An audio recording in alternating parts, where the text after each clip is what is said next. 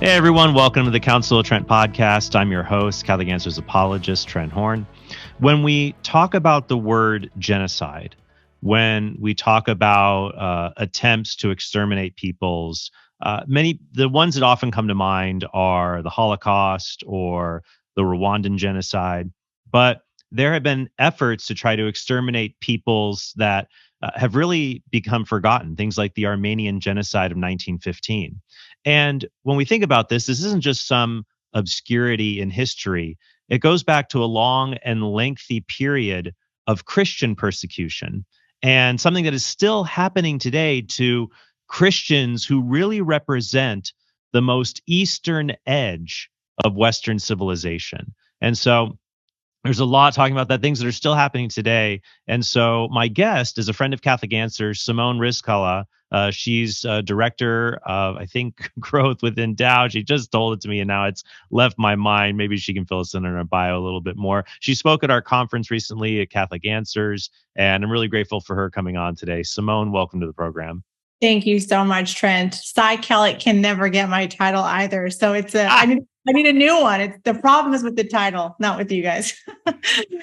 No worries. So you're involved with the group Endow, but you're also doing work with the Philos project. Yes. So yes, I am the director of program growth at Endow, and but currently I'm also very much helping the Philos project. The Philos Project is an organization that's dedicated to positive Christian engagement in the Near East. And their latest initiative, the Save Armenia initiative, is because of the second genocide that is going on right now for Armenian Christians. Yeah, tell us a little bit about this, because in the United States, we're just really bad about world events. I mean, when you turn on the news, it is just national politics over and over and over. What did Trump do? What did Biden do? Right. And we forget there is an entire world out there. And most people don't know about this blockade that is happening in Armenia and Azerbaijan, correct? Right. That's correct. Most Americans don't know. Although I'm happy to report that this week there seems to be a little bit more media attention towards this blockade, a blockade that has been going on for the last 8 months. So these Armenian Christians in a region called the Nagorno-Karabakh have been are being starved to death by the Azeris, who have put a blockade in the only route called the Lachin Corridor that connects this region of ethnically Armenian Christians to Armenia proper, where food and medical supplies are able to be accessed. So they have kept this blockade going now for 8 months, with many of us in the Armenian community saying, hey, they're going to run out of food. Hey, they're going to run out of food and supplies and medical care.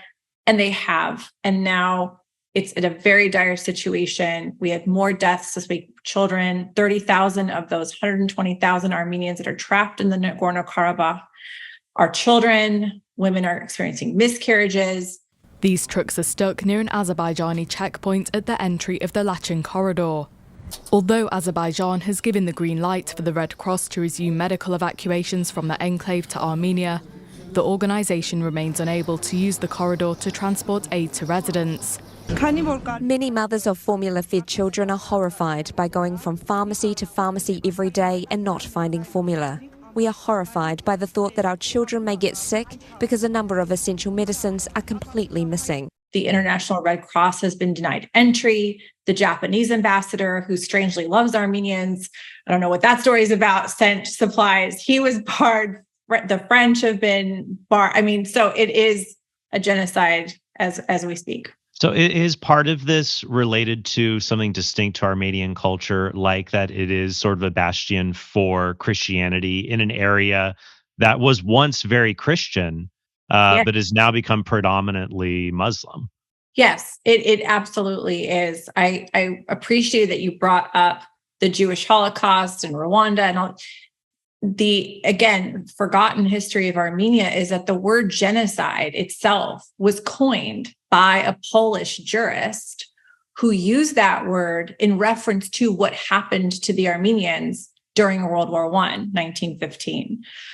So that even that word has become popular because of what happened to the Armenians, but then what happened to the Armenians was left behind. When Hitler was justifying the Jewish Holocaust, he was asked by a Nazi official, how are you going to get away with this? And Hitler says, what he said, well, who remembers the Armenians? So I certainly can get away with it. Well, that's interesting because if you think about it, because a lot of times when we think about the Middle East, so we think about areas related to Turkey, Armenia, Azerbaijan, we think of this as just being a Muslim part of the world. But Right. Armenia, and I love this whenever I study the early church fathers, that in the year 301, Armenia was the very first Christian kingdom. Yes, and I mean that's 301. That is, Trent, as you know, a decade before the Edict of Milan, which legalized Christianity in the Roman Empire. So before Christianity was even legal, Armenia declared Christianity its state religion. The Roman Empire didn't declare Christianity the official state religion until 380 AD. So we're very, very proud as Armenians to have this history. And I think you touched on something that's very near and dear to my heart. First, my own personal story being Armenian Egyptian. The reason I'm Armenian Egyptian is because of the Armenian genocide. So we went to Egypt as an escape, came to the United States later, and because of what happened with the increasing Islamic fundamentalism in the Middle East. Now, that was foresight from my dad and my family. So my personal history is determined by this problem of religious freedom. But many Americans, many Westerners have yet to, they're not like you, Trent, they're not reading church fathers. They have yet to tap into the spiritual and cultural DNA of the East, which is where Christianity started. It started in the East. Christianity is not a European religion. It's an Eastern religion. It's a Semitic religion. Right. It starts in Israel in the Holy Land and then branches out into what we now call the Middle East. But it's something that flourished until you have the rise of Islam in the Middle Ages, and then eventually that area being overtaken by the Ottoman Empire and the Turks. And then this culminates in the early 20th century with the Armenian genocide in 1915. And so many interesting parallels there, right, with the later attempted genocide of Jewish people during World War II, that you have the Turks trying to stamp out this community. And I mean, we know the horrors of the Nazi Holocaust very well through television and films, but just that these people, and they were just marched out into the desert to die, to eradicate them. Yes, that's exactly what happened. If you get into the history, it's horrific. Crucifixions of women. I mean, the death marches through Syria. It's terrible. But you're absolutely right that what is driving the Azeris and the Turks? Azeris are ethnically Turkish. What's driving this blockade? What's driving this? And we have on record the president of Turkey saying, let's finish what our fathers started with the first genocide. There are phrases in Turkish that say that if you see an Armenian, they're leftovers of the sword, so this is all very real, well-documented, public. What's funny, though, is, not to cut you off, is that they'll say that out of one breath, but then out of the other breath, they'll try to deny the Holocaust, that it ever happened at all in 1915, similar to people who deny the Nazi Holocaust. And I think Pope Francis actually spoke about this, and the prime minister of Turkey kind of took umbrage at Francis for even mentioning the genocide. He did. Pope Francis, who, when he was bishop in Argentina, had a very large Armenian population. And I think he had an affinity for Armenians because of the Armenian population in Argentina. And yes, when he spoke out for the Armenians and mentioned the genocide, you're absolutely right. Erdogan said, I warn him not to do that. I condemn him, and I warn him not to speak that way, because Turkey, as of yet, has not recognized the Armenian genocide. Pope Francis has quoted the word genocide in referring to the mass killings of Armenians 100 years ago under Ottoman rule in World War I. His phrase, which it's thought may anger Turkey, came as the Vatican held a mass attended by Armenia's president.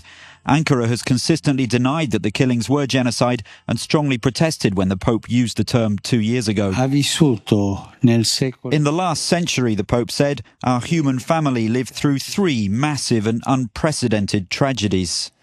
The first, which is widely considered the first genocide of the 20th century, struck your own Armenian people. Come il primo genocidio del XX secolo. Armenia and many historians say up to 1.5 million people were systematically killed by Ottoman forces in 1915.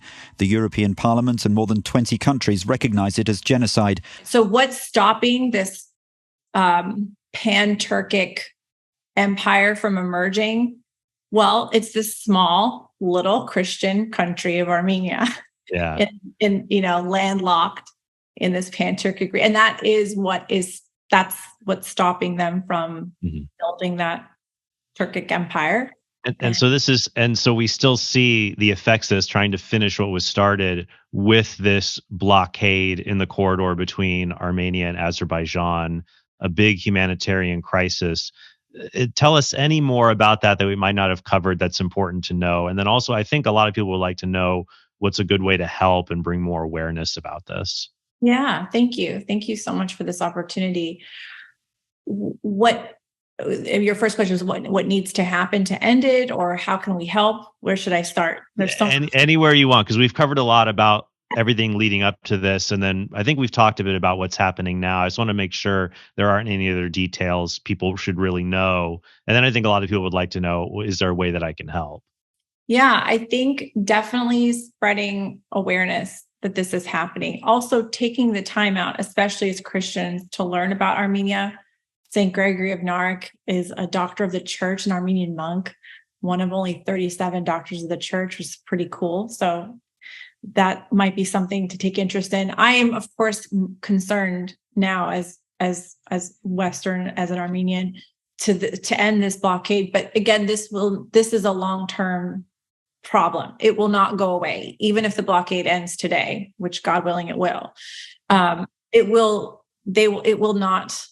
This project to eradicate this Christian nation from the world map, from world history, it's a long-term project.